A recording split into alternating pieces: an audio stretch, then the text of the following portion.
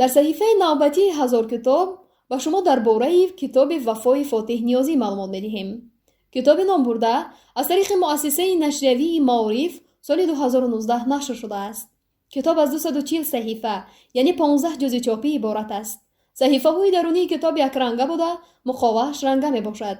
китоб бо сифати аъло дар матбаъи ҷамъияти саҳомии пӯшидаи Ганҷ нашриёт бо теъдоди 10,000 нусха чоп шудааст. китоби мазкур дар силсила китобҳои 30-солагии Истиқлолият китоби 8-ум мебошад. романи Вафо аввалин романи нависанда буда ҷилди аввали он соли 1949 ва ҷилди дуюми он соли 1958 ба таб расидааст, ки дар он ҷонбозиҳои фарзандони халқи тоҷик ва дигар халқҳои шӯравӣ бар зидди фашизми олмон, меҳнати фидокоронаи мардум дар рақибгоҳ тасвир шудааст. роман соли 1977 дар солонаи рӯзи ғалабаи халқи советӣ бар фашизм сазовори мукофоти умумии иттифоқии адабӣ ба номи Александр Фадеев гардидааст. ин китоб барои онҳое ки мехоҳанд ба эҷодиёти Фотиҳниёзӣ шиносоӣ пайдо кунанд дастури хубест. китобро метавонед аз мағозаҳои китоб дастрас намоед. Фотиҳниёзӣ нависандаи халқии Тоҷикистон, барандаи ҷоизаи давлатии Тоҷикистон ба номи Абу Абдуллоҳи Рӯдакӣ. дар шаҳри Самарқанд таваллуд шудааст.